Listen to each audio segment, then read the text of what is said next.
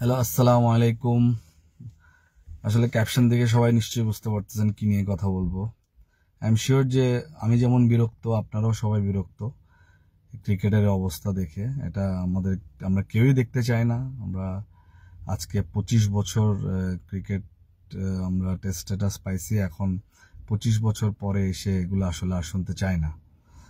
আমরা যখন 2004-2005-এ ক্রিকেট খেলছি তখন একদম নতুন বাংলাদেশ, তখন আমাদের টার্গেটই ছিল যে একটা দুইটা ম্যাচ কেমনে জিতবো। বাট এখন 25 বছর পরে এসে যদি একই টার্গেট হয়, সেটা হতে পারে না। ডেফিনেটলি ওখান থেকে উঠে আসতে হবে।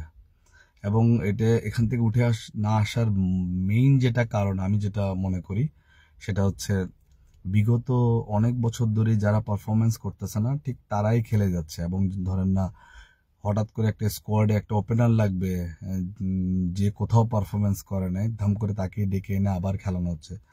তো যে পারফরমেন্স করতেছে না সে যখন বারবার চান্স পাচ্ছে, তার তো পারফরমেন্স করার কোনো ইন্টেনশনই থাকবে না, কারণ সে জানে যে পারফরমেন্স হোক না হোক সে আবার টিমে আসতেছে। সো কম্পিটিশন যদি না থাকে আপনি কখনোই ভালো রেজাল্ট পাবেন না। সো ডেফিনেটলি এই জিনিসটা আমাদেরকে এখন একটু চিন্তা করতে হবে। সো আমি মনে করি যেটা আমাদের একটা 40 জনের প্লেয়ার থাকা উচিত যে সারা বছর তাদেরকে নিয়ে কাজ করা। 40 জন প্লেয়ারটা কিরকম? 40 জন প্লেয়ার এমন না যে আপনার জাস্ট 40টা নাম দিয়ে দিলেন, নাম দিয়ে কোনো কাজ নেই।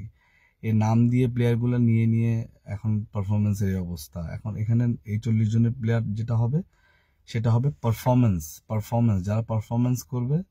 বিভিন্ন টুর্নামেন্ট আছে, Dhaka league, premier league, BPL, NCL, বিভিন্ন জায়গায় যারা পারফরমেন্স করবে তাদের হবে এটা স্কোয়াড। এখানে কোনো নাম হবে না, এখানে কারো নাম কারো কোনো কিছু দিয়ে এখানে স্কোয়াড পূরণ করা হবে না। যেমন ধরেন যারা পারফরমেন্স করে নাই, অনেক সিনিয়র প্লেয়ার যারা আছে এখন যারা ন্যাশনাল টিমে খেলতেছে, এমন না যে ওদেরকে দিয়ে স্কোয়াডটা আমি 40 জন স্কোয়াড পূরণ হবে, নো।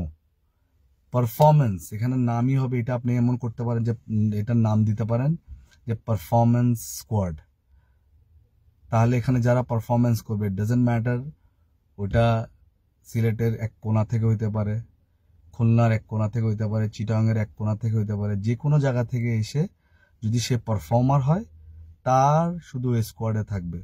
এবং এই জিনিসটা কি হবে, প্রত্যেক 2 বছর তাদেরকে একটা সুযোগ দেওয়া হবে এবং এই 2 বছরের মধ্যে যারা পারফরমেন্স করবে না তারা ওই স্কোয়াড থেকে বাদ পড়বে এবং পরবর্তী যারা ওখানে পারফর্ম করবে তারা ওখানের মধ্যে আপনার যোগ হবে।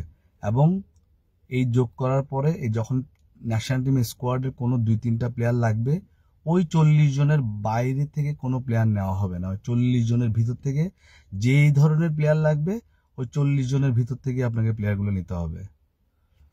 এভাবে যদি করেন তাহলে এটা কম্পিটিশন থাকবে এবং সবার পারফরমেন্স করার ইচ্ছা থাকবে এবং সবার ওই স্কোয়াডে। এবং এই 40 জনের বাইরে যত বড়ই নাম, সাপোজ আমি জাস্ট ফর এক্সাম্পল আমি বললাম যে ওই 40 জনের বাইরে বিজয়ের নাম থাকতে পারে, আপনার সৌম্যর নাম থাকতে পারে, লিটনের নাম থাকতে পারে, যার নামই থাকবে থাকুক, ডাজেন্ট ম্যাটার।